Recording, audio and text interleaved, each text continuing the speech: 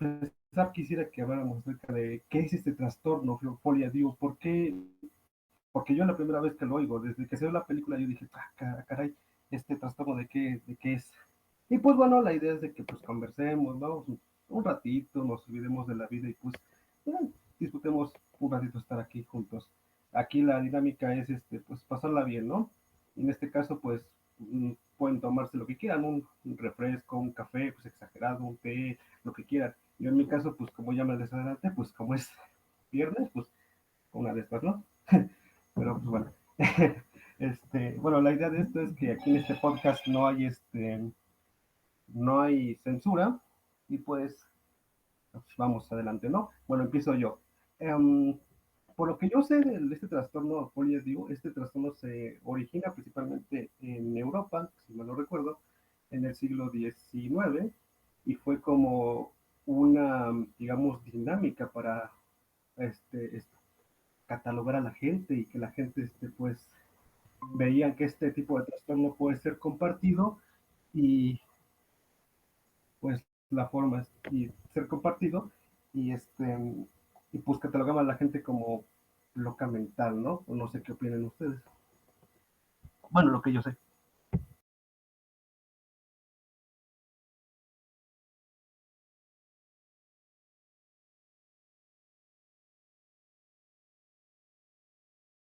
Hola, igual a todos, a todas nuevamente, Diana, Brian, por acá también María Alondra.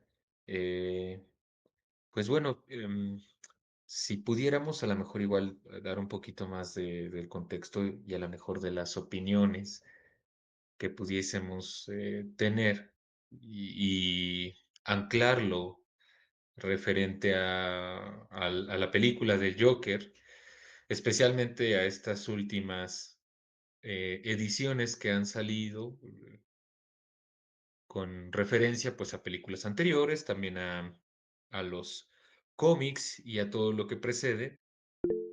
Lo, lo interesante sería pensar en esta idea de trastorno o en esta idea de enfermedad o en esta idea de algo que puede aquejar o que es un malestar a una persona. A mí, desde mi punto de vista, me parecería enfrascarlo más como un problema social, como una problemática, una cuestión de conflicto entre relaciones humanas que, que como llamado enfermedad o trastorno. ¿Sí? Si lo vemos desde este punto de vista, la, la palabra enfermedad o la palabra locura es un concepto. Y ese concepto lo que nos permitiría hacer es describir un objeto, una cosa, una acción, un conjunto de personas, actividades de personas, ¿no? Entonces, la palabra loco o la palabra enfermo, refiriéndonos a la parte mental, es una palabra, es decir, es un terreno epistemológico.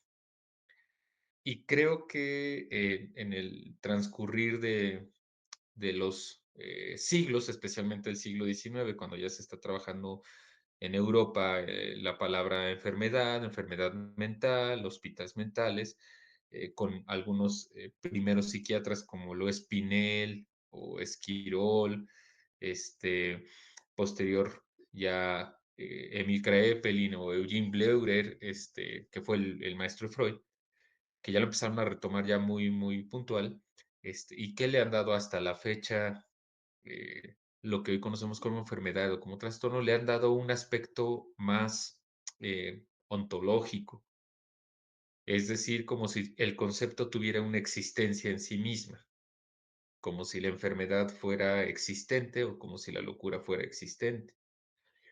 En términos generales, de mi opinión, es que ha habido una confusión y esa confusión es creer que la palabra locura, la palabra trastorno o la palabra enfermedad como palabra, es decir, como un concepto epistemológico, es un nombre de una cosa y lo que se quiere describir sería la cosa. Entonces hay una confusión entre el nombre de la cosa y la cosa misma, ¿no? Como si la palabra enfermedad, la palabra locura o la palabra trastorno sustituyeran lo que están intentando describir.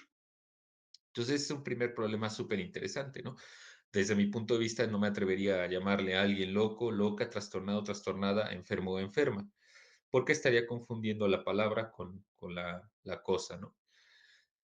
Y considero que ese es un primer problema de suma importancia, ¿no? El confundir el nombre de la cosa con la cosa misma.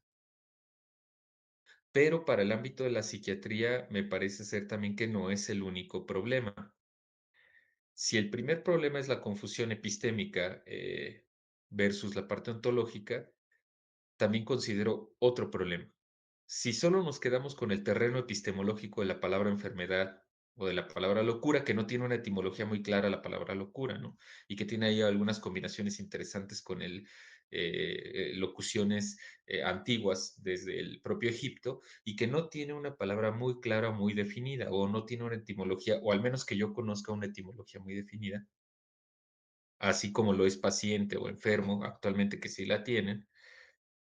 Considero que el trasfondo epistemológico de la palabra enfermedad mental, salud mental, trastorno mental, neurosis, psicosis o adicción, el trasfondo de esta epistemología es una epistemología biológica, monádica, igual, ¿no? En el que una persona es la que está enferma o, o una persona es la que está trastornada, ¿no? Una persona es la que es adicta, o una persona es la que es psicótica, o una persona es la que es neurótica, ¿no? Es, es individual. Y así como es individual, pertenece a la persona, es de la persona y le compete a la propia persona, ¿no? Entonces, esta epistemología biológica o individual tiene características interesantes, ¿no? La primera de ellas sería aislar, se aísla al individuo del resto de la comunidad en donde cohabita o donde coexiste, así como si el individuo fuese en sí mismo alguien aislado, ¿no? Y cerrado en sí mismo. Ese es un aspecto de suma interesante, ¿no? Puesto que nuestra etimología, digamos, desde el punto de vista sociológico, y no solo sociológico, ¿no? Sino también biológico, ecológico, es que somos una especie social. Y por social estamos hablando de que estamos en una ligadura, en un entrelazamiento. En este sentido, la palabra social yo no la limito a los humanos. Los árboles también tienen una característica social, los animales, ¿no? Y ojo, ocupo la palabra desde el punto de vista epistemológico. No, es simplemente clasificativo. Entonces, como humanos somos sociales, pertenecemos a este rubro social en el que tenemos que estar en contacto, no somos seres aislados, sino que somos seres que participamos en un sistema que construimos y que al mismo tiempo nos construyen. Bien, ahora, la epistemología o el trasfondo epistemológico de la palabra enfermedad, trastorno, salud mental o todo lo referido a lo mental genera ese primer punto, ¿no? Un individuo aislado del resto, es decir, lo hace asocial, lo aleja de lo social. El segundo punto, que también es sumamente interesante, es la parte biológica. En el origen de la psiquiatría, especialmente la psiquiatría moderna, que viene por ahí del siglo XIX, que viene muy de la mano con la caída de los leprosarios, que viene muy de la mano con la caída de la visión inquisitorial de la religión, que viene muy de la mano con el siglo también de las luces y la ilustración, el siglo de la ciencia, que viene muy de la mano. Teníamos una postura muy interesante que iba referida al comportamiento, o sea, exclusivamente al comportamiento, ¿no? Por ejemplo, recuerdo ahorita en el Tratado Médico Filosófico de uno de los primeros psiquiatras, como lo es Pinel, él escribe que las personas que van a estar a cargo de los enfermos mentales en el Hospital Bicetre de Francia tienen que ser grandes, bien vestidos, robustos, agresivos, imponentes, porque van a ser los cuidadores y los vigilantes de los enfermos, ¿no? Entonces uno se pone a pensar y dice, bueno, se supone que si alguien atiende a una persona que sea enferma, entre comillas, mentalmente, necesitará, según el tratado médico filosófico, necesitará de una persona imponente, bien vestida, que tenga un carácter agresivo y que permita intimidar a los internos, ¿no? Incluso otro psiquiatra, Esquirol, decía que cuando un paciente no estaba controlado, es decir, actuaba con comportamientos disruptivos, comportamientos que no eran los correctos, un cuidador tenía que distraer al interno, mientras otros cuidadores lo acechaban por detrás, cuando estaba distraído, ¡pum!, ya lo agarraban y lo tranquilizaban, ¿no? Lo inmovilizaban.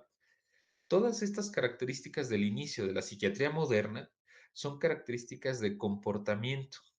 Entonces la pregunta es, ¿cuándo viene o cuándo es el origen de un pensamiento biológico? Y más aún, ¿no? Que el cerebro es aquel que provoca los comportamientos. Entonces, ¿cuándo sucede eso? ¿Cuándo viene esa característica, no?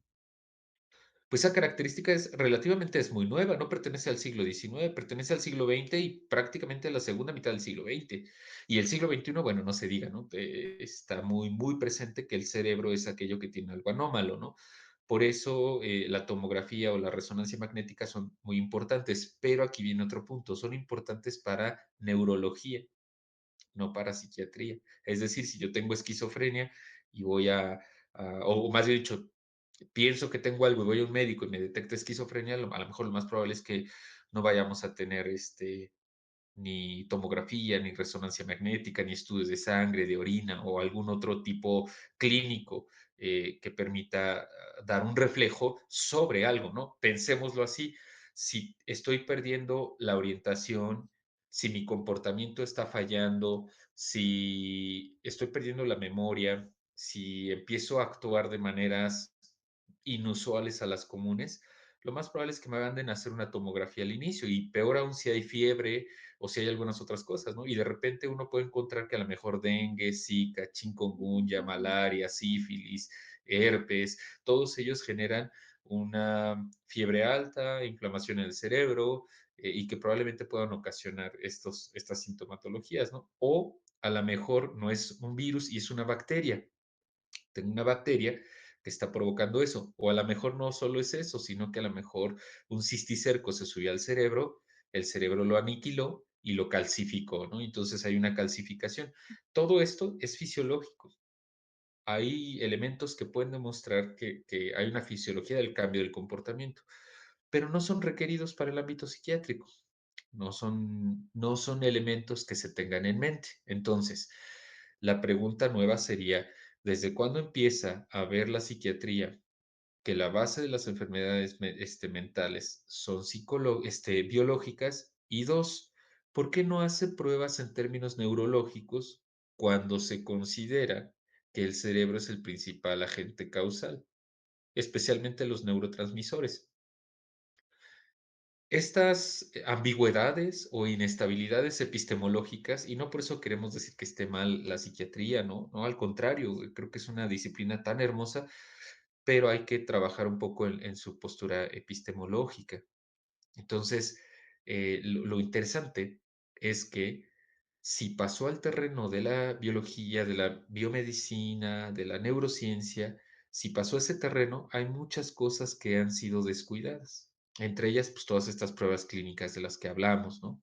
Bien, ahora, si es así, en pleno siglo XXI podemos decir que un aspecto epistemológico de la psiquiatría referida a las enfermedades mentales es la individualidad. Dos, la parte biológica como el elemento causal, ¿sí? Y tres, el individuo aislado. Y por individualidad me quiero referir que el individuo tiene la enfermedad, ¿no? O sea, eso es de él y para él o ella. Y cuando digo lo biológico me refiero a la parte específicamente neurológica. Y cuando digo que es un individuo cerrado es porque lo sacan de la sociedad, Ya, ¿no? Que ujú, incluso la medicina actualmente está cambiando esos modelos, ¿no? Por ejemplo, la diabetes ya no está presentándose como aquella que saca al individuo de la sociedad, ¿no? Pues dice, por ejemplo, México, tenemos un consumo muy alto de grasas, tenemos un consumo muy alto de azúcares, tenemos un consumo de carbohidratos muy alto. Entonces se dan cuenta que el contexto ya no es solamente un elemento más, sino que es incluso hasta un elemento de suma importancia.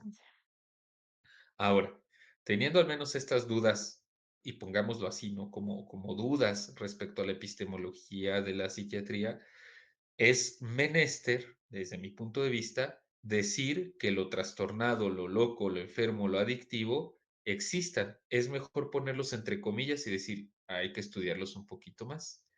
Referente a esto y conectándolo con el Guasón o la película del Joker, yo podría pensar que si por el momento estamos teniendo estas palabras entre comillas y ahí en el, pues digamos, en el cajoncito guardadas porque hay que estudiarlas más, tendríamos también que tener cuidado ahora del otro lado, que la sociedad produce locos, que la sociedad produce enfermos, que la familia produce locos, que la familia produce enfermos, etc. Tendríamos que cuidar un poco eso. ¿Por qué? Porque si estamos también criticando la postura epistemológica de la psiquiatría, pues también hay que criticar la postura epistemológica de la sociología. No podríamos decir en sí mismo que exista, bueno, desde mi punto de vista, claro, ¿no? Igual ahorita ya ustedes podrán plantear algún punto de vista. Yo no podría plantear que al Joker, como se han hecho muchos análisis, no sé, de personas que ven la película y que hacen análisis, no sé cómo se les llame, críticos de cine, no lo sé, que comentan, es que sí, la sociedad produce esta patología. En términos generales podemos decir sí, pero en términos también generales podemos decir no, No. porque si estamos teniendo nuestros conceptos de locos, de enfermos, pues habría que tener cuidado también al usarlos, ¿no? Brian, Qué bueno este análisis me diste, estuvo muy interesante, ¿no? La forma en la que dices que para cuidar incluso hasta los enfermos mentales hay que tener pues seguridad así fuerte, ¿no? Por si alguien se le, como yo lo diría así, se le cruzan los cables y todo. Pero bueno, bueno, se me olvidó decirles que, bueno, creo que sí ya lo dije, pero en este podcast pues no hay censura, o sea, si alguien se quiere expresar así de una forma u otra, lo puede hacer, aquí no juzgamos a nadie, ojo, sin ofender a nadie, ¿no? Entonces, se puede hacer. Y pues bueno, no sé si decir esto, pero yo quiero dedicar este podcast a una persona que no está aquí, lamentablemente, pero que pues ya, pero pues que pronto se lo enviaré este podcast, no espero que esté grabando, pero bueno, pues bueno. Y en fin, bueno, yo quisiera, ahora que dices eso de los problemas mentales, qué interesante, ¿no? Cuando mencionas que desde el punto de vista que la familia, la sociedad crean locos, pues yo me pregunto, ¿qué hace realmente a un loco? No sé si me entienden, o sea, ¿qué realmente es lo que los hace llamarse locos o desviados en este punto? Yo estaba viendo incluso hace unos días a un psicólogo, bueno, no, a un influencer que se llama Farid Big, no sé si lo conocen, y él hablaba sobre la película de Piratas del Caribe, ¿no? Argumentando que ambos son de distintos mandos, ¿no? Por ejemplo, la alta burguesía, por así decirlo, entre comillas, este, obedecía las leyes y los piratas eran vistos como pues desviados, ¿no? Pues delincuentes, porque ellos no obedecían las leyes y actuaban a su propia voluntad, ¿no? Entonces, yo digo que eso es interesante, ¿no? Abordado desde ese punto de vista. Y ahora tú, Luis, que dijiste que hay que tomarlo con pinzas, bueno, yo lo veo así, entre comillas, pues realmente eso igual le pasa a este Arthur en algún punto de la película. En la primera película, pues hasta él mismo lo dice, ¿no? Lo peor de tener una enfermedad mental es que la gente actúa como si no la tuvieras. Entonces él trata de adaptarse a ese punto de vista, ¿no? Trata de adaptarse a una sociedad que lo ve pues mal, no tiene empatía. De hecho, eso lo vemos cuando está en un autobús y un niño se ríe y le empieza a hacer muecas para que se ría, ¿no? Y le dice la señora, ¿por qué estás molestando a mi hijo? Dice, discúlpeme, y se empieza a reír. Y cuando le dice, oye, ¿te estás riendo? Le da una tarjeta y le da a entender de que está enfermo, de que ese padecimiento que tiene es un trastorno que tiene. Entonces, yo considero que no, incluso hasta la fecha, corrígeme si me equivoco, pero la gente no tiene empatía en ese sentido, o no sé qué opinan ustedes.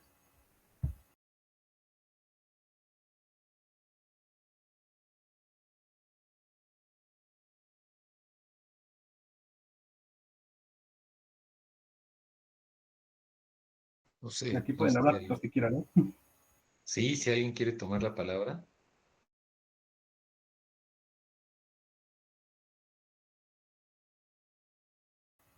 Va a ser.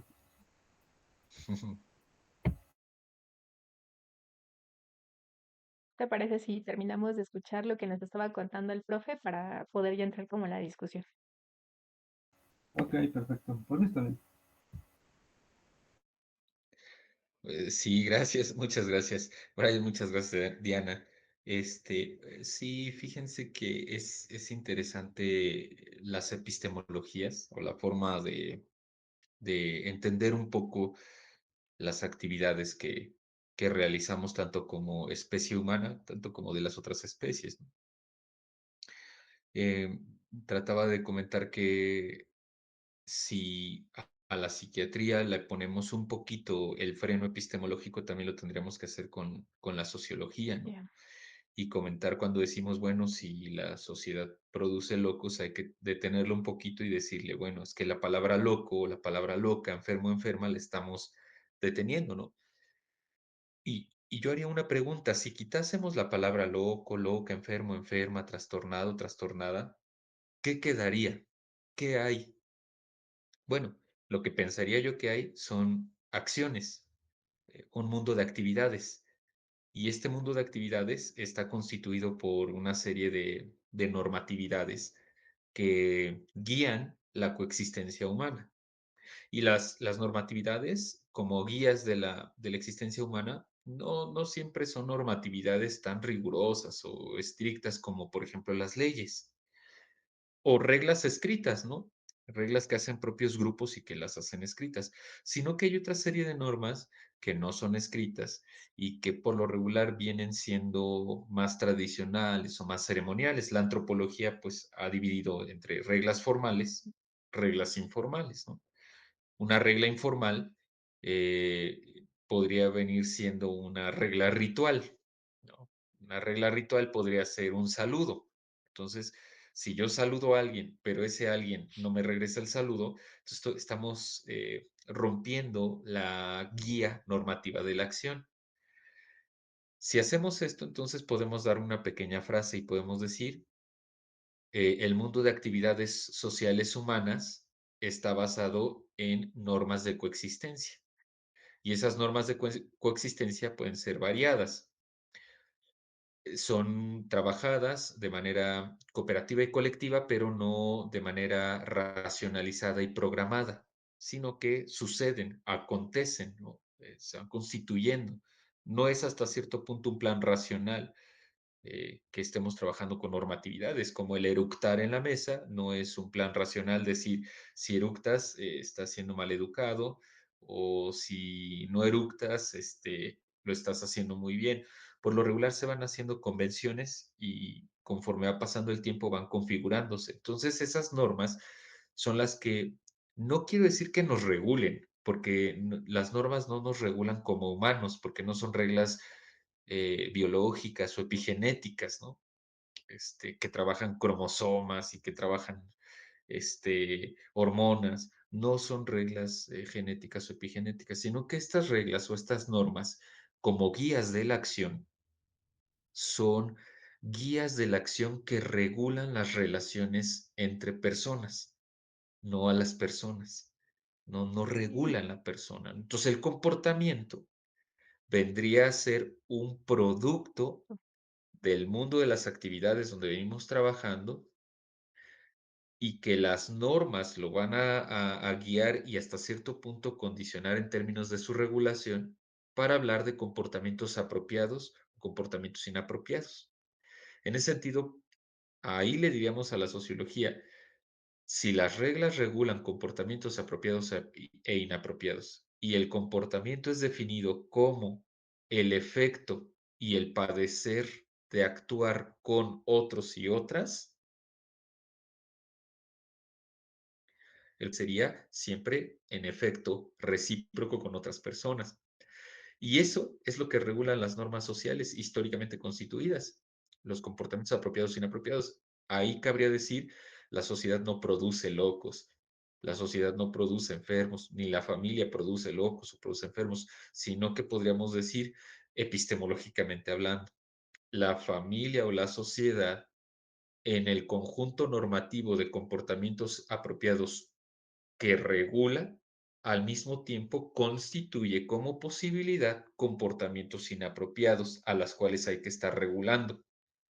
Y entonces con esta pequeña definición podemos decir todo comportamiento que sea considerado inapropiado de acuerdo a las normas de coexistencia de un mundo de actividades sociales, cultural e históricamente determinado, en su momento, tiempo, espacio, vaya, cuando un individuo sale de eso, entonces podemos decir hay un pequeño desajuste para la ciencia, ¿no? Ya, Y entonces podría okey. decir, ah, mira, este comportamiento inapropiado debemos de tomarlo y clasificarlo, estudiarlo y trabajarlo de manera epistemológica.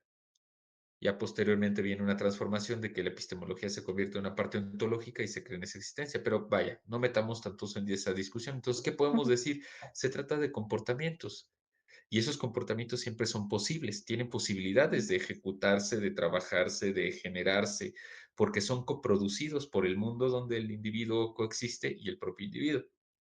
En este sentido, si pasáramos a lo mejor con Arthur, yo diría, es que Arthur no está loco, ni tampoco la sociedad lo ha producido como loco. Entonces, yo diría, hay una serie de comportamientos que han ocurrido en términos conflictivos que se permite coproducir el comportamiento inapropiado, Claro. es decir, una impropiedad situada, constituida, y a partir de ello, entonces tenemos a un individuo que hay que clasificar o etiquetar. Brian, adelante. Bien, sí, lo que yo iba a argumentar igual, sí, porque incluso si ustedes vieron la nueva película del Joker, pues incluso Harvey Dent dice, no, pues él estaba en sus cinco sentidos cuando hacía los asesinatos, realmente no tiene un trastorno. Y como tú mencionas, realmente la sociedad no produce locos, realmente él no está enfermo, lo que pasa es que, y es lo que yo iba a decir, son las mismas situaciones que él vivió de pequeño, ¿no? Pues recordemos que en una película que él descubre que es adoptado, descubre que su madre, bueno, que las parejas de su madre no lo quiero decir así, pero lo diré así, este, eh, abusaban de él, lo golpeaban, incluso hasta los mismos expedientes decía que lo habían encontrado amarrado a creo que a un puente o algo así, pero pues sí es interesante abordarlo desde ese punto de vista, ¿no? Sí, interesante.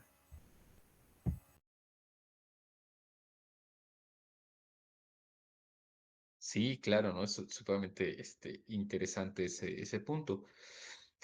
Pero fíjate, si tratamos de resumir un poquito esto que estamos diciendo o de lo que estoy divagando un poco, este, ¿qué queda si no hay enfermedad, si no hay trastorno, si no hay adicción, si no hay, vaya, en general, psicosis, neurosis, o la mayoría de conceptos que son robustos para la psiquiatría? ¿Qué queda? Yo diría que quedan comportamientos inapropiados o impropiedades situacionales Vale. que, que son visualizadas de diferente manera, y ahí creo que la antropología lleva mucha ventaja, son visualizadas de diferente manera de acuerdo a los elementos culturales, ¿no? Eso. Si estamos en Papúa Nueva Guinea, probablemente eso que nosotros estamos y nosotras estamos viendo como impropiedades situacionales o comportamientos inapropiados, probablemente allá no sean comportamientos inapropiados. O por ejemplo, los esquimales, ¿no? O por ejemplo, mayas, aztecas, o por ejemplo, egipcios, o por ejemplo, no lo sé, dependiendo los análisis que han hecho la parte de la antropología, van a ir demostrando que esas impropiedades situacionales o comportamientos inapropiados son visualizados de una manera u de otra, ¿no?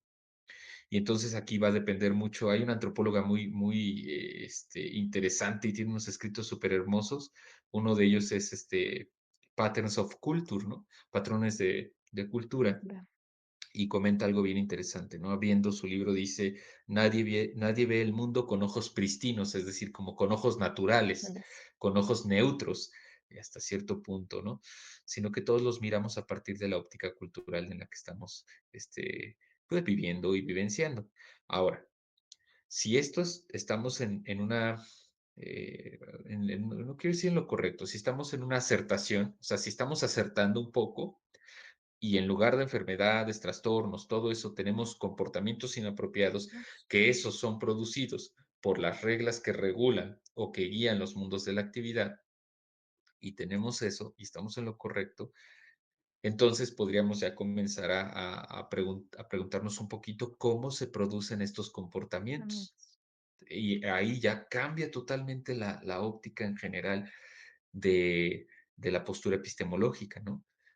Porque ahora ya no estamos diciendo existen las enfermedades mentales, Así sino es. por lo tanto estamos diciendo hay comportamientos que en la sociedad o en el mundo de actividades en las que se trabajan los individuos, esas actividades producen normas de coexistencia y hay desviaciones de esas normas de De coexistencia, coexistencia. especialmente normas del tipo ritual, ceremoniales o secundarias, o como le quiera llamar la sociología, ¿no?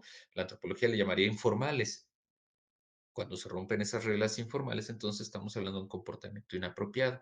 ¿Qué tratamiento le dan los grupos sociales a estas desviaciones? Sería algo interesante. Y podemos concluir con esta pequeña hipótesis, ¿no? Si quitamos el terreno, la palabra enfermedad, la palabra trastorno, en general todo lo que lleva a la salud y enfermedad mental, ¿qué nos queda? Comportamientos inapropiados. Ujú. Y entonces ahora sí, ¿qué nos queda posterior a ello? Sería cómo los tratamos, cómo los producimos. Y entonces la respuesta sería todo comportamiento inapropiado que queda en el trasfondo cuando quitamos la palabra enfermedad, salud, enfermedad y salud mental, ¿qué es entonces lo que nos queda? Comportamientos desviados de normas ceremoniales o Gracias. informales. Y entonces podríamos decir a una persona que a lo mejor se toma su orina, se come sus heces fecales, tiene comportamientos sexuales divergentes de los estereotipados y de las expectativas comunes a una edad cultural estipulada, gente que grita, que es grosera, que golpea, gente que quiere matar o gente que se quiere matar, gente que ve cosas que a lo mejor no están como alucinaciones, todos esos, entonces serían comportamientos inapropiados como desviación social. Y entonces ahí está donde entra igual una postura en sociología. Entonces, ¿qué podríamos decir de Arthur? A lo mejor para entrar ya en materia de discusión, ¿no? Con Arthur lo que podríamos decir, tiene comportamientos inapropiados que se pueden clasificar como un tipo de desviación social ritual. Yo pensaría que desde mi punto de vista, ¿no? Ya ahora sí no sé qué puedan pensar ustedes si estén de acuerdo, si no estemos de acuerdo, no sé, adelante. Muy interesante, ¿no? En primer lugar, interesante, ¿no? Catalogarlo como desviaciones sociales. Y mi pregunta creo que aquí sería, ¿cómo, en el caso de Arthur, ¿no? ¿Cómo haces que no tenga estas desviaciones? ¿Cómo lo curas en general? Una pregunta que tengo. Sí, Brian, gracias. Eh, es una pregunta bien interesante, ¿no? No sé si tenga la respuesta, pero fíjate que sería interesante también poner en tela de juicio la palabra curar, porque si hemos puesto en tela de juicio la palabra enfermedad o enfermar o enfermarse, la palabra curar que viene posterior a ello, me parece ser que también tendría que ponerse en tela de juicio, a menos que estemos hablando de un elemento del tipo religioso o cuasi religioso, podremos hablar también de una etimología de cura y de curar, curar almas, que por ahí venía de la Santa Inquisición. Entonces, no pensaría que a lo mejor tengamos que curar a Arthur, sino que habríamos que, más bien dicho, tendríamos que hacer alguna otra pregunta. Y la pregunta inicial que haces de cómo se desvía alguien es bien interesante, porque este tipo de desviación, o más bien dicho, lo que estamos viendo, comportamientos inapropiados, desviados ritualmente, que a lo mejor la psiquiatría llamaría enfermedades mentales, nos podríamos pensar a preguntar cómo se producen. ¿Cómo se produce la desviación? Aquí hay una respuesta que ha sido muy bonita, muy bien trabajada y se llama, en sociología se llama la sociología de la desviación, que ha sido trabajada por Howard Becker. Pero, pero considero que esa sociología de la desviación de Howard Becker tiene aplicaciones bien interesantes, pero no para las enfermedades mentales. Para las enfermedades mentales me parece ser que su modelo queda un poco, vaya, inestable. No quiero decir que no sea bueno, no, al contrario, es muy bueno y es muy difícil de trabajarlo, pero creo que es inestable, porque cuando vemos, por ejemplo, una conducta desviada, como el consumo de marihuana o el consumo de LSD, que también estuvo estudiando, son comportamientos desviados, pero de reglas ¿Cuál formales, es? de una regla formal, ¿no? Y aunque él observa en muchos casos comportamientos desviados de reglas informales, creo que le da mucho más peso a lo formal, ¿no? Por eso siempre se va a preguntar, ¿reglas de quién? ¿De quién nos estamos desviando, ¿no? ¿Y de quiénes? ¿Y quién cuida las reglas y quién las impone? Porque son preguntas que sí van a estar muy presentes cuando hablamos de reglas formales. Pero cuando hablamos de reglas informales, la cosa cambia un poco. Porque si yo me estoy desviando, es decir, estoy teniendo un comportamiento inapropiado, por ejemplo, en mi familia, voy a poner un ejemplo, y ahorita entramos con el caso de Arthur, ¿no? Voy a poner un ejemplo. Eh, Pensemos que empiezo a tener insomnio, no puedo dormir, no puedo dormir. Pensemos que cuando duermo tengo pesadillas. Entonces me cuesta trabajo como ya conciliar el sueño, porque digo, híjole, no me quiero dormir porque tengo pesadillas. Empiezo a dejar de comer, y empiezo a tener una serie de comportamientos un poco distantes a la rutina cotidiana. Por ejemplo, ya después de no dormir, puedo empezar a estar irritado, me voy a empezar a molestar y a lo mejor empiece a oír una serie de voces. Pero en el contexto en el que vivo, pensemos que mi papá, mi mamá o mis hermanos son muy católicos y pues trabajan mucho con la Biblia, aunque no la lean, ¿no? Trabajan mucho con la Biblia y de repente me empiezan a decir que son cosas del demonio y cosas por ahí. Y entonces yo empiezo a creer que me habla el demonio o que me habla un demonio, o incluso puedo creer que me habla Dios, ¿no? O cualquier otro agente sobrenatural o ente, más bien dicho, sobrenatural. Y entonces yo estoy teniendo una serie como de alucinaciones. Empiezo a tener agresividades, empiezo a descuidar mi presentación, diría el buen Goffman, mi presentación de la persona, empiezo a tener a lo mejor cambios en mi comportamiento sexual, por ejemplo, masturbaciones de una manera mucho más recurrente y sin eh, la parte de la región posterior y anterior, ¿no? Es decir, no lo hago en un lugar en donde nadie me vea, sino Sí. que ahora lo hago en lugares donde me vean y me empiezo a exhibir de una manera mucho más amplia respecto a mi comportamiento sexual. Dejo de comer o empiezo a jugar con la comida, empiezo a beberme mis propios orines, voy a tener un comportamiento así y pensemos que mi familia me lleva con un especialista y pensemos que me diagnostican un tipo de padecimiento. Todo está bien hasta ahí, pero la pregunta que haces tú tiene más complejidad que este modelo que te acabo de decir. Tengo mis comportamientos, luego mis comportamientos van siendo inapropiados, inapropiados, inapropiados, interviene la familia, me lleva con un especialista, me diagnostican y me dan tratamiento. Ahí se queda. Si tú la pregunta que haces es cómo se construye este comportamiento desviado, rompe este modelo. Ya no se permite, porque entonces ahora nos preguntamos cómo se produce. Y ahí considero yo, ya es un punto de vista muy personal, que el modelo más interesante es el de Gregory Bateson. El modelo de Gregory Bateson es sumamente interesante para explicar este tipo de comportamientos. Lo primero que él nos va a decir es que todo comportamiento es inmanente al grupo social en el que se encuentra, o los grupos, ¿no? Pero ahorita estamos hablando de la familia. Es inmanente. Eso quiere decir que el comportamiento no es de la persona, es del grupo, es inmanente. Y lo mismo también va a decir con el concepto de mente. Mente la va a definir como un conjunto complejo y heterogéneo de circuito de ideas de un sistema, pero este sistema puede ser un sistema de cuestiones ecológico-ambientales como, por ejemplo, árboles, como, por ejemplo, plantas. Él no se iba a limitar a los humanos, ¿no? Entonces, los fenómenos mentales pueden ocurrir en la naturaleza, o más bien dicho, ocurren en la naturaleza para él. Por lo tanto, la parte en cómo se comporta una planta es porque es un intercambio de efectos con el sistema en el que se encuentra. Y todo ese intercambio es inmanente, o sea, no es de la planta misma, sino es de todos, ¿no? Lo mismo la palabra mente. La mente es inmanente al propio sistema.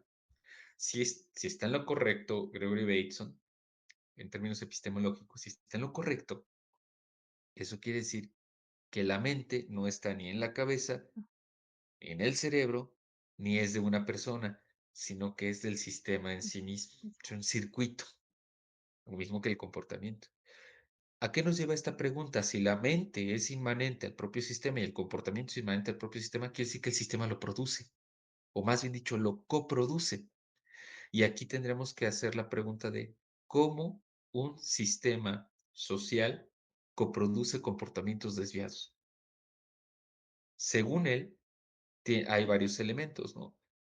Uno de ellos va a ser el doble vínculo, es decir, mensajes contradictorios entre dos o más personas que tengan una vinculación intensa y que no puedan corromperse. Pero esa es una posición como muy clásica ya de él. Posterior no lo iba a aceptar porque él iba a pensar que es todo el sistema. O sea, si bien el doble vínculo está llevándose a cabo entre dos personas, es decir, dos mensajes contradictorios entre dos personas, y a lo mejor en la familia están otras personas más, todos abonan a ello. Entonces, la primera respuesta que podría dar a tu pregunta, y eso te digo muy poquito porque la verdad es muy compleja, ¿cómo se produce un comportamiento desviado? A diferencia de Becker, que es un que va siendo secuencial, secuencial, secuencial, secuencial o multisecuencial, en el caso de Gregory Bateson es simultáneo, simétrico, ajá, e inmanente. Y al mismo tiempo va a ser progresivo, ¿no? O sea, también va a ser una cuestión progresiva. Entonces, ¿qué podríamos decir? Ahí sí, que un comportamiento de un individuo es coproducido por el sistema en el que se encuentra. Voy a ponerte un ejemplo básico. Imagínate que estás en el... Bueno, voy a poner un ejemplo de una película. Creo que hay una película que se llama El río Sena de Francia, es el río, que es un tiburón grandotote que entra al río Sena, ¿no? Y que empieza a tener comportamientos muy agresivos, no solo ataca a las personas para comérselas o animales para comérselos, sino para asesinarlos, ¿no? Todo biólogo o toda bióloga marino, marina, ¿qué es lo que hace cuando ve a este tiburón? Dice, es que este tiburón tiene un comportamiento diferente a todos los demás tiburones. Y entonces lo primero que hacen es decir, no a estudiar al tiburón en sí mismo, vamos a estudiar por qué el ambiente marino o qué hay en el ambiente marino que haya provocado el comportamiento de este tiburón. Entonces esa podría ser nuestra primera hipótesis. Adelante, Brian.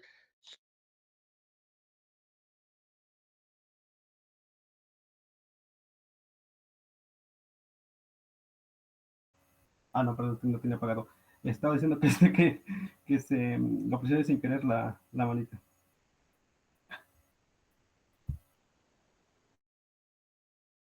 No, no te preocupes, Brian. Fíjate que esta parte es bien bonita, ¿no? Bien interesante el pensamiento de Gregory Bateson, ¿no? Que está muy ya, muy, también muy presente en la biología o en la ecología, en el decir, bueno, si hay un tiburón en el río Sena, que es un tiburón muy grande, que excede las dimensiones morfológicas estipuladas por la biología marina, en el promedio, vaya, y que además está teniendo comportamientos muy agresivos, aniquilar, seres biológicamente existentes, eh, nunca se hacen la pregunta de, ¿el tiburón estará mal? ¿El tiburón tendrá algo? No, al contrario, ellos y ellas lo que hacen es preguntarse qué hay en el entorno, qué hay en el sistema marino que haya provocado un tiburón tan grande y al mismo tiempo que esté provocando los comportamientos que está teniendo el propio tiburón, ¿no? Lo mismo pasaría con los humanos. Si tenemos un humano que se está comiendo sus heces fecales, que se está comiendo su orina, que está teniendo comportamientos sexuales desviados de la norma ritual de alguna agrupación, si está teniendo delirios, si está teniendo, no lo sé, cambios comportamentales que podríamos llamar comportamientos inapropiados, la respuesta que pensaría yo es hacernos, bueno, si es que es respuesta a lo que voy a decir, es hacernos una pregunta. Y la pregunta sería exactamente la que acabamos de hacer con el tiburón desde el punto de vista de Gregory Bateson. Si una persona tiene un comportamiento inapropiado, esa solo es una parte de un sistema. Hay que cuestionar al sistema. Sí. Hay que cuestionar el sistema en el que se está viviendo. y todos los componentes de ese sistema tienen un principio simétrico y complementario para Gregory Bateson. Es decir, que todo componente que esté en ese sistema, mamá, papá, hermanos, hermanas, todos los que vivan, pero no en sí mismo ellos, sino ellos y ellas Sí. relacionándose, todo componente, sea humano, social, no humano, social, no humano ni social, o sea, un objeto, por ejemplo, todo componente tiene el mismo principio de importancia para explicar este comportamiento de inapropiado de alguna persona, ¿no? Y entonces ahí, digamos, intentaría un poquito contestar esa pregunta. ¿Qué causa que el comportamiento se desvíe o que tengamos comportamientos inapropiados? El sistema, el sistema. Y entonces la respuesta ya no sería cómo curarlo, sino tendrían que ser nuevas preguntas desde el punto de vista ecológico. Por ejemplo, ¿cómo restaurar un sistema ecológico dañado, disturbado? Y ahí la ecología tiene un avance importante, especialmente con la ecología de los disturbios. Actualmente es impresionante lo que está avanzando, ¿no? Y tienen cosas muy bonitas. Y están recuperando conceptos de ecología que eran muy, muy arraigados en la psicología. Por ejemplo, una forma en que un sistema puede autorregenerarse es mediante la resiliencia. Concepto que toma la ecología, pues, de un background psicológico, pero le da un vuelto mayor, ¿no? Eh, y entonces aquí a lo mejor la respuesta tendría que ser, o más bien dicho, la pregunta tendría que ser, ¿es o deben de tener cura estos comportamientos inapropiados? ¿O desde el punto de vista de la ecología, pueden restaurarse? ¿Puede haber una restauración ecológico-social del sistema en la que se está vivenciando eh, un comportamiento inapropiado? Y también con la ecología nos podría decir, bueno, si el sistema produce y coproduce estos comportamientos, ¿cómo y por qué? Bueno, la ecología ya tiene un avance bien bonito. Tiene un concepto que se llama tensión. Ese comportamiento que se llama tensión No. lo divide en dos tipos. La tensión que cambia el equilibrio dinámico de un sistema ecológico, a la cual llama disturbio, y la tensión que genera desviaciones del orden establecido Mm, con otros elementos desviados, pero que en sí mismo no es algo tan fuerte como el disturbio, que cambia la estructura y la forma de un sistema. Este otro tipo de tensión le llama disturbio, perdón, perturbación. mm, Entonces, la tensión tiene una división, ¿no? Una parte de bisagra, perturbación y disturbio. Pero ningún disturbio ni ninguna perturbación son malos per se, son malos en sí. Incluso son necesarios de manera contingente para el propio sistema, mm, ¿no? mm, Pensémoslo así, un volcán, un volcán cuando hace una erupción puede provocar un disturbio o puede provocar perturbaciones, mm, pero no por eso quiere decir que todo lo que está a su alrededor vaya a convertirse en algo ya no natural en algo ya no servible. Puede cambiar la función del territorio, claro, como un disturbio, o simplemente puede hacer que se oscilen entre los procesos de calibración del orden o del equilibrio, pero hasta ahí, ¿sí? O por ejemplo, un rayo, una inundación, una mm, sequía, no son en sí mismos negativos, son disturbios o perturbaciones que son necesarias para el sistema eh, ecológico ambiental que van a estudiar, ¿no? Dependiendo del sistema que estudien, ¿no? Tundras, sabanas, bosques, no lo sé. Pero lo mismo podríamos pensar para acá, para los humanos. Probablemente lo que ocasiona que un sistema provoque o produzca comportamientos desviados mm. sean disturbios y perturbaciones. Opciones. Adelante, Guau. Bran. Sí, que qué interesante lo que estabas mencionando, y como mencionas, ¿no? El hecho de que el volcán, ¿no? De que haya inundaciones y todo eso, me puso a pensar, eh, podríamos poner de ejemplo, no sé, la ola de calor que hubo hace unos meses.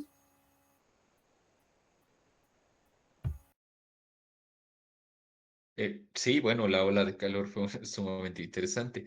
Este, y bueno, creo que todos los climas, ¿no? La lluvia, el calor, y bueno, supongo yo que ahora los fríos y las caídas de Mm, temperaturas impresionantes, ¿no? Pero quisiera pensar también que esos son elementos, no es mi terreno, pero quisiera pensar que también son elementos que pueden generar disturbios o perturbaciones, ¿no? El calentamiento global es uno de ellos, ¿no? Pero el calentamiento global no es solo referido a un componente, porque estamos hablando de sistemas. Y bueno, en este caso, el metasistema, si es que le podemos llamar así, entre el Sol y el Sol no como bola de fuego, porque ahí dice mi pequeña, una de mis hijas, ¿no? Es que el Sol es como un fuego, ¿no? Es que así lo percibe, pero el Sol no es una bola de fuego. Al contrario, ¿no? Tiene cosas nucleares bien interesantes, ¿no? Entonces, ese sistema o ese metasistema que es el Sol y el otro sistema que es la Tierra, tienen también relaciones entre ellas, ¿no? Diferenciadas, cada uno es diferente, la Tierra y el Sol son diferentes, o sea, son sistemas diferenciados. Y la relación que hay entre ellos va a provocar diferencias. Si de por sí ya son diferentes, su relación hace una nueva diferencia. Diferencia de la diferencia, le llama Gregory Bates. Bueno, pues eso es con respecto a ello, ¿no? O incluyendo la propia Tierra, que está teniendo una relación diferenciada con el Sol y los elementos nucleares son los que están causando estas temperaturas tan altas en la Tierra. La propia Tierra, de manera interna, como su propio sistema, también está teniendo relaciones diferenciadas. Por ejemplo, una mosca es de suma importancia para trabajar con los residuos de las heces fecales. Esos residuos de las heces fecales tienen una función, la mosca, ¿no? Y esa función abona también a eso, al calentamiento global, ¿no? O sea, si yo aniquilo a una mosca y la mato, pues tengo que pensar que estoy también generando una acción hacia el calentamiento global, porque tienen una función para las heces fecales y el etanol, si no mal recuerdo, es que llega a la atmósfera, ¿no? Y corroe un poco. Repito, no soy ni biólogo, ni geólogo, ni nada por el estilo, sino que tienen más o menos esas funciones. Lo único que estamos haciendo es transferibilidad, diría, voy a citar a Diana en su tesis, que por cierto, haciéndole promoción, está súper interesante. De verdad es una Gracias. súper tesis. Yo hablo de la parte epistemológica, ella habla de la parte ontoepistemológica, pero ella le llama transabilidad. Es decir, este movimiento de las ciencias y del conocimiento para generar explicaciones, ¿no? O al menos acertaciones generales, ¿no? Entonces, ahorita hablamos de la parte de la biología, de la ecología, pero ya haciendo, como diría Diana, una transabilidad para hacer acertaciones al comportamiento humano, ahí ya es nuestro terreno y ahí podemos hablar un poquito más seguro, ¿no? No como lo de la mosca, pero no maten las moscas ni las arañas, no las maten, si no vamos a generar un desequilibrio por ahí, ¿no? Pero bajo esto, no sé si pudiera resumir para ver si podía contestar tus dos preguntas, Brian. ¿Qué produce un comportamiento inapropiado o que un comportamiento sea desviado de la norma ritual de un grupo? El propio sistema. Ajá. Mediante relaciones diferenciadas con el entorno, sistema entorno. Del entorno, cuando entran algunas tensiones del tipo disturbio o perturbación, pueden hacer sinergia con el propio sistema, coproduciendo los comportamientos inapropiados. Y hasta ahí nos quedamos solamente con un término teórico. Pasándonos a la otra pregunta, es decir, ¿cómo curarlos? Nosotros decíamos, a lo mejor no es curarlos, a lo mejor es entrar con una idea ecológica distinta. ¿Cómo restaurar estos sistemas? Y ya haciendo eso, quitamos muchas cosas de encima, ¿no? Por ejemplo, la idea de cura, la idea de tratamiento, la idea de terapia, la idea de medicación, todas esas quedan también otra vez entredicho como para poder usarlas explicativamente sin más, ¿no? Podemos decir, híjole, tienen su reserva y hay que detenernos un poquito. Entonces, no sé si con eso contestaba tu pregunta, Brian. Sí, muchísimas gracias. Está muy interesante, ¿no? Tu propuesta.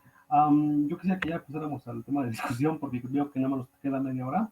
¿Qué les parece? Bueno, yo quisiera, pues igual, volviendo al tema de Arthur de la película, ¿no? A mí me gustaría abordarlo igual desde cuatro conceptos y quisiera primero con uno, que es el de la sombra, que viéndolo desde el punto de vista, me voy a desviar tantito, ahora lo quisiera ver desde el punto de vista de la psiquiatría, de la psicología, y hay un autor muy interesante que se llama Carl Jung.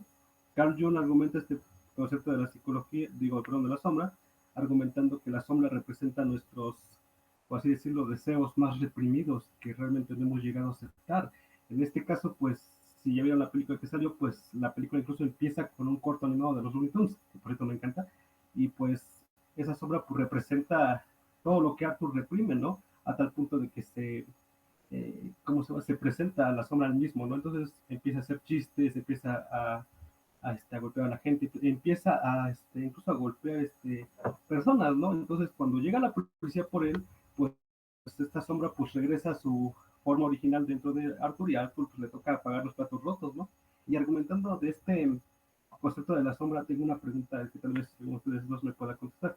Mi pregunta es, eh, bueno, porque he visto que la sombra puede emerger bajo situaciones de mucho estrés, o depende, si una persona tiene mucha ira acumulada y explota, ¿no? Pero mi pregunta es, ¿la sombra puede emerger, en mi caso, ¿no? Eh, Bajo la influencia del alcohol.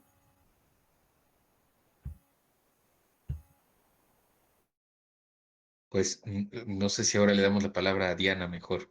Diana, ¿qué te parece si ahora tomas la palabra? Bueno, en este caso que planteas, considero que si nosotros partimos de que el alcohol es un detonante, caeríamos en esta idea tanto de rasgo y también un poco sobre la definición de lo que implica, ¿no? Esta desviación. Entonces, lo que considero es que hay una transición, ¿no? ¿Cómo es que podemos empezar a ver, hacer, perdón, este análisis de la película del Joker desde una perspectiva psicológica, psiquiátrica, con una base clínica, a cómo transicionamos a verlo desde la sociología? Yo partiría de que la sombra es una forma de manifestar un poco sobre las inconsistencias que hay entre metas y necesidades no solamente contextuales, sino también situacionales y ecológicas. A lo que me refiero es que bueno, considero que hay una negociación así gigante, tanto de conceptualización como de significado, para que podamos decir que eso es una sombra. E incluso, por ejemplo, la perspectiva, ¿no? De la película, de la primera parte y esta segunda parte, implica, ¿no? Está ya per se que es una enfermedad, ¿no? Y que se va a ver, digamos, esta transformación, ¿no? De Arthur al Joker. E incluso estaríamos hablando un poco de personalidades, ¿no? Y cómo es que de personalidades pasa a T y D y cómo es que también se tienen identidades diversas. Entonces, de forma así ya muy, muy sintética, considero que el alcohol sería un elemento justamente en simetría para poder considerarlo en un montón de cosas, ¿no? Por ejemplo, desde la idea de el significado, cómo se está planteando, eh, incluso las características o rasgos que se utilizan, ¿no? Porque incluso si nosotros nos ponemos a pensar y ya se parte de que es un delirio, ¿no? Y cómo es que de hecho, el nombre, ¿no?, de la película implica que hay hay una convergencia, ¿no? Hay un acuerdo para que esta fantasía, ¿no? Y lo pongo entre muchas comillas justamente, ¿no? Porque es de lo que estamos hablando, se puede dar. Entonces, considero que, no sería una sombra y que el alcohol no sería el detonante, sino tendríamos, digamos que, desmenuzar un poco más esta situación para verla desde diferentes enfoques.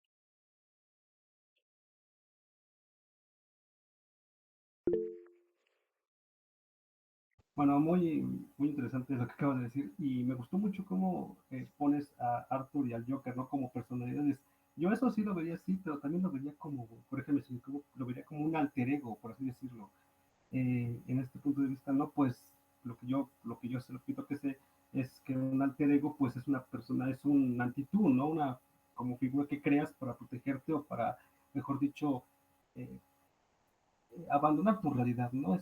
Es alguien que tú creas y que hace cosas que tú no harías. Por ejemplo, pongo varias películas aquí, pongo por ejemplo la película de, no sé si han visto la del profesor Chiflado, con el personaje de Sherman Club, que él, cansado de que le digan que es una persona con sobrepeso, pues él crea pues una fórmula que le hace enflacar y crea su alter ego llamado Body, y Body hace todo lo que Sherman nunca haría. En este caso, pues él hace pues empieza a irse de fiesta, empieza a estar con mujeres, empieza pues, a insultar a toda la gente que lo ha querido, ¿no? Incluso cuando está en un club, él hace chistes de obesos porque pues lo han insultado de esa forma y él es una forma de librarse. Y a tal punto de que a medida que pasa la película, pues ya no lo puede controlar, ¿no? De hecho, quiere eliminarse. En este caso también me gustaría abordar la película de la sustancia, muy buena, que es incluso el caso de Sue y Elizabeth, ¿no? Que son dos identidades diferentes y que pues ellas deben respetar un equilibrio, pero a tal punto de que ambas quieren más, necesitan mutuamente, pues no pueden eliminarse, ¿no? Y pues bueno, a mí me gusta mucho, volviendo a la película de Sherman, me gusta mucho la segunda película cuando su psicólogo le dice a Sherman, acepta el hecho de que tú no vas a poder controlar tu alter ego o tu otra personalidad si tú no aceptas que no existe. Eso igual pasa en la película de la sustancia, ¿no? Cuando esta Sue le dice, o sea Elizabeth o Sue, le dice al encargado de la sustancia, es que ella no respeta el equilibrio. Y le dice, recuerda que ella no existe, eres tú. Y si tú no aceptas que, que no es real, no lo vas a poder controlar, no lo vas a poder eliminar, ¿no? Entonces, yo lo veo así. Sí, fíjate que es bien interesante esa idea de alter ego, ¿no? Que es muy común en en la psicología, pero también es una idea trabajada de manera teológica. Por ejemplo, Jesús de Nazaret y Yahshua Barrabás tienen una relación conceptual bien interesante, ¿no? En el sentido de que históricamente Barrabás parece ser que no tuvo esa presencia que se nos ha comentado demasiado, y tampoco la forma de Poncio Pilatos tuvo esa forma tan caritativa de lavarse las manos y dar en libertad a un delincuente cuando históricamente fue uno de los más sanguinarios que existieron en en su tiempo, ¿no? Y Barrabás tenía esta traducción como el hijo del padre, ¿no? Entonces, Yahshua, hijo del padre, Jesús, hijo del padre, parece ser que es una construcción del alter ego en, en, en la teología, pero no tan solo, no en la teología, ni en la psicología, sino también en dichos populares, en historias populares, en construcciones tradicionales, ¿no? El doppelganger en los pueblos germanos, o incluso también en el propio Mesoamérica, ¿no? Hablar de el chaneque, hablar de personas que pueden transformarse en animales o que tienen un animal, ¿no? O las religiones primitivas que tenían un animal en que se transforman. Es decir, parece ser que el discurso de la dualidad es un discurso que ha venido imperando. Aquí habría que ver si también nosotros nosotros y nosotras lo podemos trabajar. Pero fíjate que es bien interesante. Hay un pequeño librito que es de este psicoanalista, bueno, psicólogo que citas tú, que es Jung. Tiene un librito muy bonito que es el libro se llama Siete Sermones a los Muertos. Y en ese libro divide dos conceptos bien interesantísimos, que es el de pleroma y el de criatura.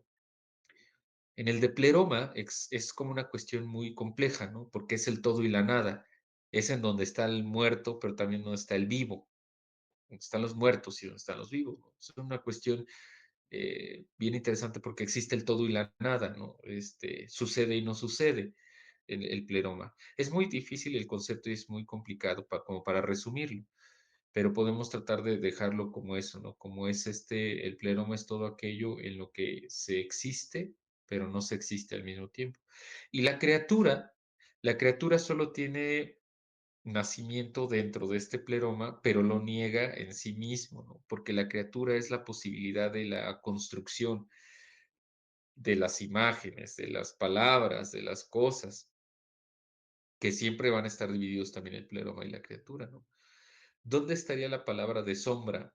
Si la pasamos al terreno de la criatura, entonces la sombra, como bien decía hace un ratito Diana, tendría categorías simbólicas, pero si la pasamos al terreno del pleroma, entonces la sombra existe y no existe, ¿no? Y en este sentido uno podría decir, bueno, es que el reflejo del sol sobre la espalda de un individuo o de un individuo que refleja una sombra, entonces tenemos una sombra existente. Tendría que estar en el terreno del pleroma, pero creo que el sentido que lo ocupas es un sentido más simbólico, que es un sentido más de criatura, un sentido más de imputación de simbolismo, ¿no? Yo estaría de acuerdo igual con Diana, ¿no? Que centrar todo el meollo o centrar el problema en el consumo de alcohol como el principal sería un error, sino que el consumo de alcohol y el alcohol serían simplemente componentes. No vería yo ahí en sí mismo el problema, ¿no? Sino que el problema lo vería en el conjunto de la relacionalidad, en el conjunto de lo que está sucediendo en un sistema familiar, en un sistema laboral. Yo lo vería más en ese sentido, ¿no? Por ejemplo, hay universidades en Europa en donde los estudiantes, eh, saliendo de su salón, van a la cafetería, pueden comprar una cerveza, beberla, cuando es en verano, hace mucho calor, y regresar a su salón sin ningún problema. Pero en México no sucedería eso. Si una persona llega a su cafetería y destapa una cerveza, lo más probable es que tengamos una especie de castigo luego al individuo que consume eso. No estoy diciendo que debamos hacerlo o que no debamos hacerlo, ni tampoco estoy tratando de incitar, ¿no?, a la banda que lo haga, simplemente sería como comparativo. Es en sí mismo el cómo nos estamos relacionando lo que va a permitir la producción de algo. En ese sentido, las sombras o el alcohol que produzcan algún padecimiento, yo estaría de acuerdo con Diana, diría, es muy apresurado llegar a una conclusión así, ¿no? O muy precipitado llegar a una conclusión así. Es decir, el alcohol y la sombra producen eso. Mejor diría, bueno, el alcohol es un elemento. A lo mejor el problema central se encuentra en una relacionalidad más compleja, ¿no? Hay demasiada gente que bebe mucho alcohol, muchísimo alcohol, y antes de perder la cordura ya tiene cirrosis, ¿no? Entonces no consideraría yo ahí el problema, sino en un conjunto mucho más relacional, ¿no?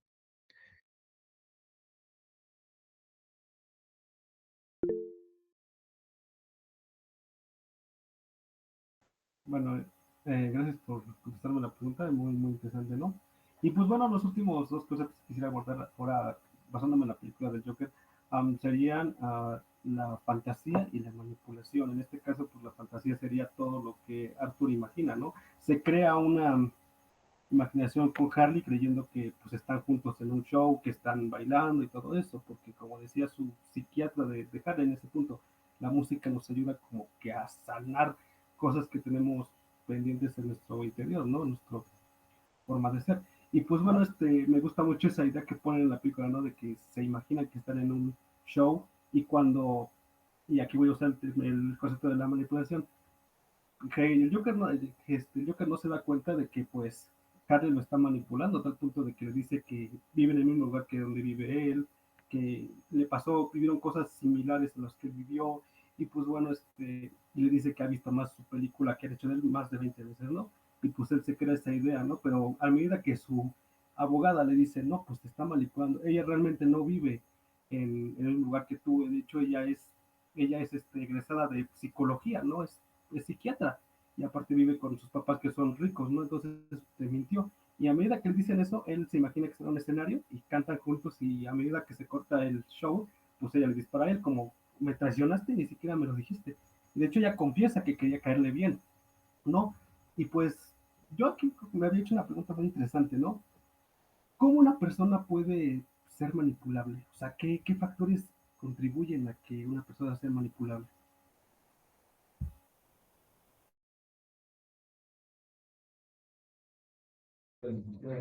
Diana, no sé si tú quisieras contestar. Eh, No sé, yo me preguntaría y seguiría como por esta línea, ¿no? Porque, ¿qué es lo que implicaría que sea manipulación? E incluso poder preguntarnos, ¿no? Sobre qué implica, por ejemplo, la fantasía o el delirio. Si, no sé, si lo llevamos ya al terreno de la sociología, el delirio, pues desde diferentes lentes, habríamos que como poner sobre la mesa que son formas, ¿no? De manifestar, formas incluso de aproximarnos, de interpretar cómo es que hay tensiones, ¿no?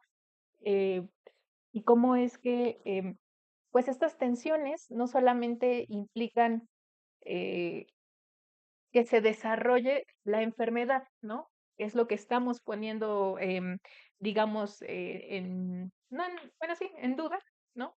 En su forma epistémica me refiero, pero sí, pensaría más que la manipulación, estrictamente como esta noción, ¿no? Como esta categoría analítica, eh, nos podría llevar a la idea de considerar estas disrupciones de mecanismos de control, ¿no? De ambas partes. Entonces, poder considerar incluso que estamos hablando de una doble desviación, ¿no? Por ambas partes, ya sea esta parte que permite que en relación se establezcan estas normas sociales, pero que al mismo tiempo permite, ¿no? Posibilita que en conjunto se pueda construir algo a lo que hemos determinado como realidad, ¿no? Como estos escenarios que se van construyendo en conjunto a partir de significados, ¿no? Incluso, por ejemplo, pues las canciones, todo, o sea, cómo se va armando tanto el backstage como cómo se van formando los outfits que utilizan, ¿no? La música, son como características muy específicas en donde podríamos incluso considerar como esta manifestación y también una respuesta contextual, situacional y ecológica considero necesario como poner, ¿no? Así como ecológico, para poder comprender incluso cómo es que estas tensiones están en relación, pero estas tensiones también implican tanto ejercicio de poder, pero también vulnerabilidad, ¿no? E incluso al llevarlo al terreno de la simetría, ¿no? Podríamos hablar de que están a la par, ¿no? Y que retroalimentan este microcosmos que han creado en conjunto. Es lo que podría responder.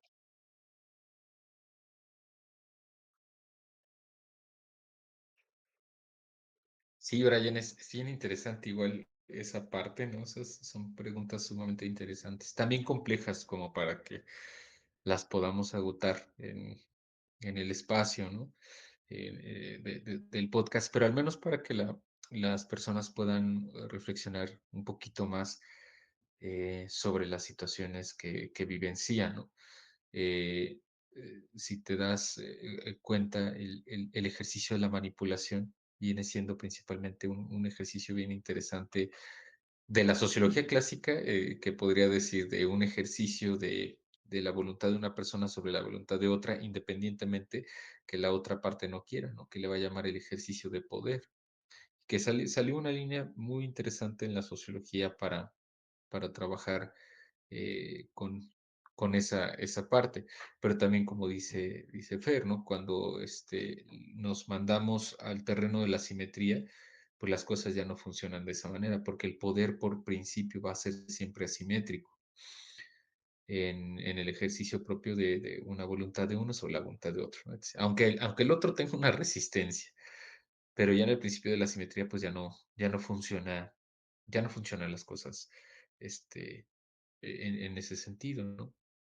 Por lo tanto, la propia idea de manipulación, que vendría siendo un ejercicio en la que una persona, eh, digamos, con desventaja simétrica, podría ser trabajada, pues hay que cuestionarlo un poco. Yo pensaría que la idea de manipulación puede verse desde un punto de vista de lo complementario, no solamente desde este ejercicio vertical de poder, sino un ejercicio complementario. Comentario. Y como se presenta un ejercicio complementario, estaríamos hablando incluso de estrategias y formas en las que una persona pudiese hacer que la otra se comporte de una manera que a lo mejor estratégicamente me conviene, ¿no? Y en ese sentido Mm, somos complementarios. Por ejemplo, voy a ponerlo en el caso del trabajo de Arthur Fleck, pero que sucede en prácticamente cualquier trabajo que veamos, ¿no? ¿Qué pasa con Arthur Fleck? Se burlan de él, le pueden dar las obras de la comida, le dejan trabajos que a veces son indignos, no hay una protección de la dignidad, no hay una cultura de la paz, no hay un cuidado de los derechos humanos. Pero eso lo podemos ver en los trabajos, ¿no? Imagínate trabajar en un lugar donde una persona te grite o de repente te diga, oye, ya no quise tomarme mi café, tómatelo, ¿no? Y en mi misma taza. Y entonces tú dices, ching, ¿lo tengo que hacer o no lo tengo que hacer? Pues bueno, lo hago porque a lo mejor no quiero que me corran, ¿no? Y toma el café de ahí, o de repente vamos a hacer la reunión de, no sé, de fin de mes. Y en ese punto se reúnen todos, pero a una persona no le invitan. Todos esos elementos se convierten en patrones de relaciones sociales que son complementarios. Y entonces poco a poco van generando una afectación. Por eso hace rato que decía Fer, algo bien interesante, ¿no? No hay que perder de vista la parte ecológica, me parece ser que es de suma importancia. No perder de vista la parte ecológica, entendido por ecología la idea de relacionalidad, claro. ¿no? Entre un organismo y otros organismos con Mm, su entorno, ¿no? Entorno, organismo, organismo, entorno, organismos con entorno. Entonces, no perder de vista esa idea y así vamos a observar que a lo mejor la idea de manipulación viene siendo solo una parte, ¿no? Y una parte que puede también ser cuestionable y que si vemos el sistema en general, vamos a ver todo este conjunto relacional de lo que pues bueno, vienes platicando.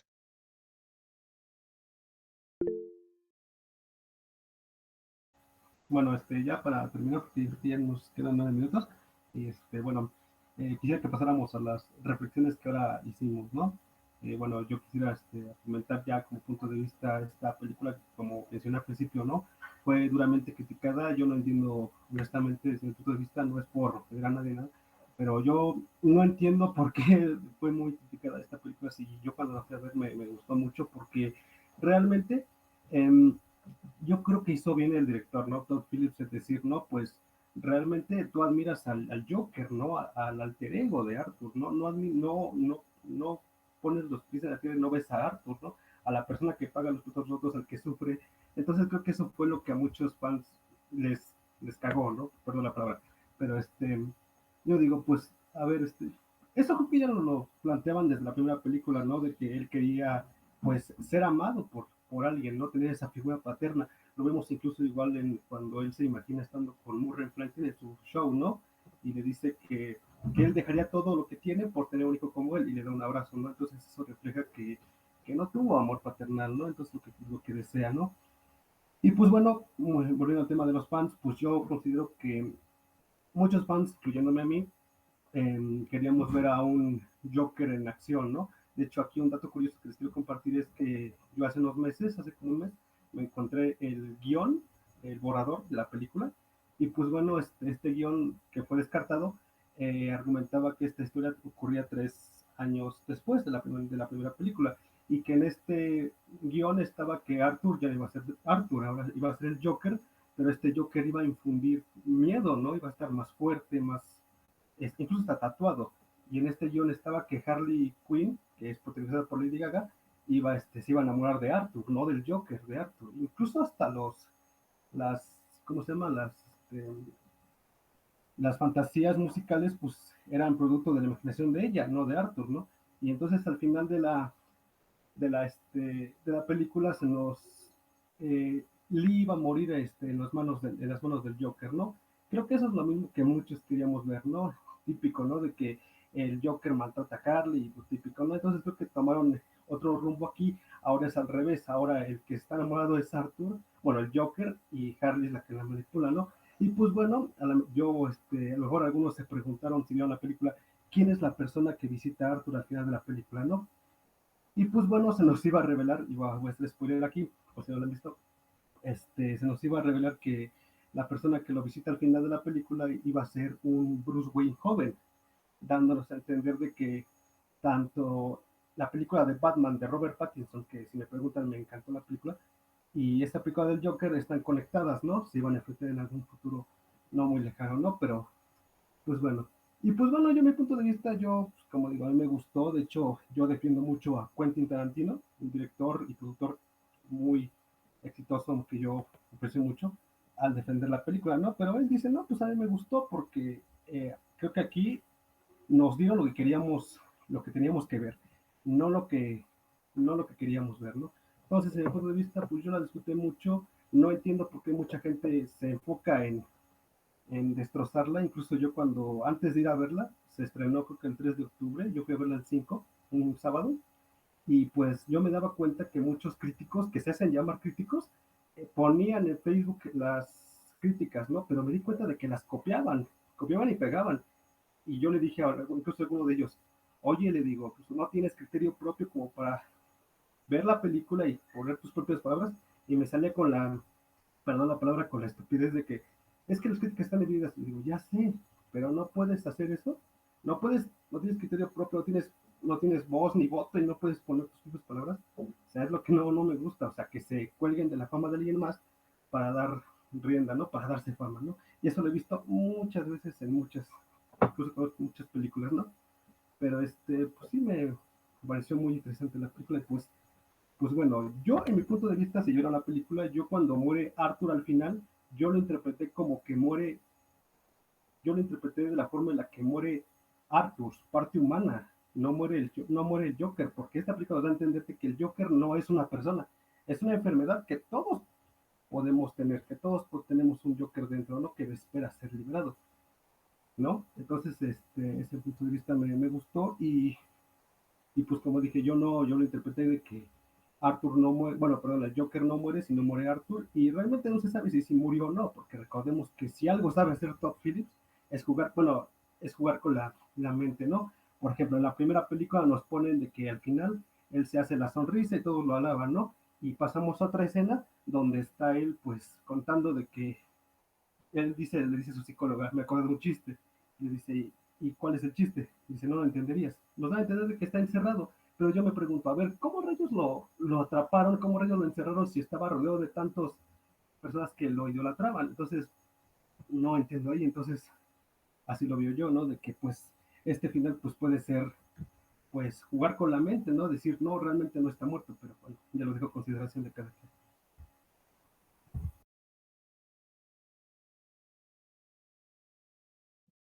Sí, fíjate que es sumamente interesante esa idea. Yo veo las películas, me parece son buenas, me gustan en ese sentido, es decir, pasas un buen rato em, viéndolas y es interesante, ¿no? Ya después puedes aventarte una discusión, que incluso cosas como estas también las, la ñoñoteca ahí con el buen Ahmed. Bueno, saludo a los miembros de la Ñoñoteca, Ahmed, Lucas, Vladimir, que también trabajan más o menos estos formatos. Para mí me hace es muy bonita, pasas un buen rato. No la llevaría yo a las escuelas como para poder analizarlas, porque me parece ser que ya llevan mucha carga de intención por parte de la dirección, por parte de los papeles, que vaya, al final es parte del propio cine, y que llevan mucha carga. Sí. Yo lo diría porque últimamente tuve un acercamiento con 2 clases, especialmente de la película del Joker y otra con la película de Intensamente 2, especialmente para licenciaturas en psicología y licenciaturas en educación. Y lo que veo es que ocupan la película intensamente para dar la clase. Y por eso dicen, mira, está la depresión, está alegría, está Mm, temor, y van teniendo esto y reafirman mm, per se la existencia de estas entidades mm, pequeñitas llamadas emociones, emociones. como ansiedad o depresión, y las ocupan per se y lo dan para analizar. Desde mi punto de vista, no es un análisis, algo está fallando ahí, ¿no? En poner intensamente dos y decir, miren, esta es la emoción de depresión o ansiedad, perdón, que viene más o menos en la etapa de la pubertad de las y los La adolescentes gente. y que es por eso que van a actuar de esta manera. Es decir, le dan principio de causalidad Sí, a la película, a la imagen, a la palabra ansiedad. No es la palabra ansiedad vista desde el punto de vista psicológico, sociológico, neurológico, vaya de las neurociencias, antropología, no lo es. Y aún así he visto que se presentan las clases de esa manera. Yo no lo haría. Y también lo mismo con el Joker. Y creo que cerraría igual esta última intervención con las palabras de Diana de hace un momento, ¿no? Se da por sentado o se presenta per se en la película del Joker ya la idea de trastorno, la idea de enfermedad o la idea de muchas cosas que ya se dan por sentadas. Y presentarlas a lo mejor en un aula, para mí sería riesgoso porque se estaría tomando lo mismo que en Intensamente. Mira, esto es la enfermedad no, que tiene Arthur simple. Fleck, que causa la risa o que causa etc, etc, ¿no? Tiene estas características y se toma ya incluso como ejemplo, como causación de un tipo de patología que probablemente podría ser estudiada de otra manera. Entonces yo pensaría, digo, para pasar el rato está bien, para verla, es muy divertida, la verdad es muy buena. Bueno, al menos yo no soy ni crítico de arte, ni sé mucho sobre cine, diría, está muy bien, pero no las llevaría yo al salón de clases, nada más. Sí, igualmente, concuerdo con usted, profe. Em, Algo que me puse a pensar y que quisiera decir como para cerrar, es que cuando hablamos de restauración hace un momento, considero que para poder restaurar justamente, ¿no? Algún sistema, yo consideraría que sería necesario incluso reconsiderar, por ejemplo, el elemento ontoepistémico, ¿no?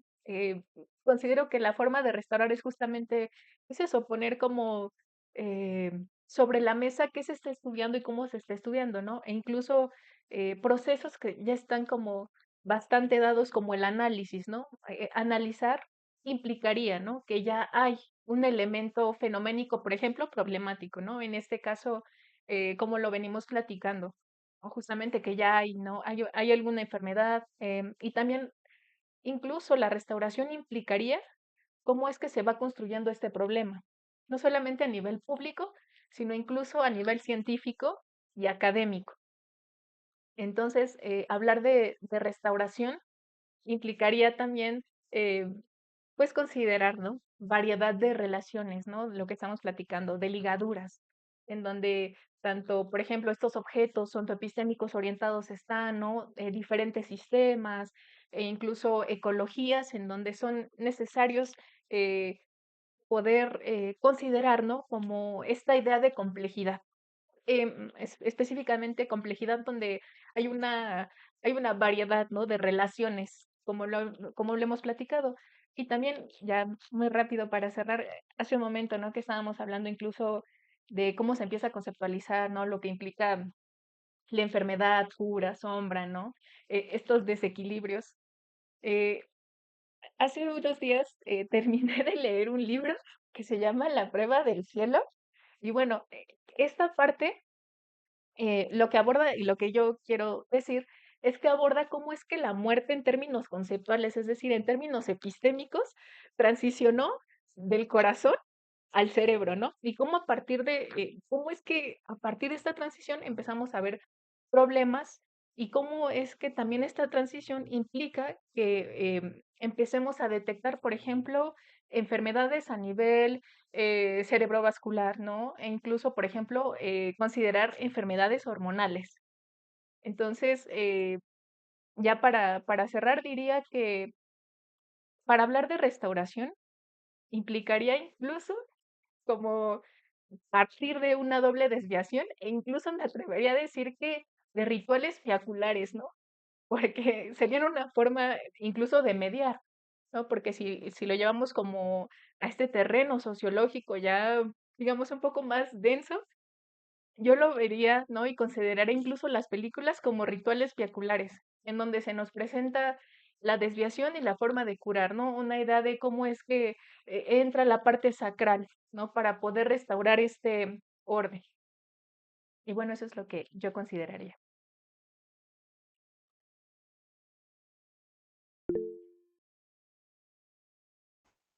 Bueno, ya para cerrarnos, si nadie tiene más nada más que decir, pues bueno, am, quisiera terminar con esto. Les agradezco a los dos que estar aquí. Sé que tienen cosas que hacer, pero pues bueno, les agradezco mucho el tiempo que se han tomado esto. Es muy importante para mí. Y pues bueno, ya lo verán publicado en redes sociales esto, pues, obviamente editado para que se vea más cool, ¿no? Y pues bueno, ya para cerrar aquí, pues bueno, si ya no los veo, pues feliz Navidad a los dos y pues feliz año nuevo también y espero que sea un año lleno de mucha salud y mucho bienestar económico y pues espero verlos más adelante en la escuela, ¿no? Bueno, gracias a todos. Gracias, muchas gracias, Brian. Muchas gracias, Diana. Sí, es bonito estos espacios, ¿no? De diálogo y de difusión igual. Felices fiestas a Diana, a Brian y también a toda la raza seguidora acá del podcast de Brian. Felicito igual estos espacios, Brian. Que te vaya muy bien, Diana también.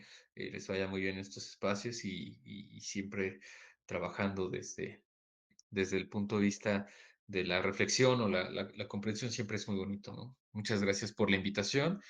Pasen igual bonitas fiestas decembrinas. Sí, pues Vale, muchas, pues muchas gracias, Brian, sí, profe, gracias. ¿no? Gracias. Gracias.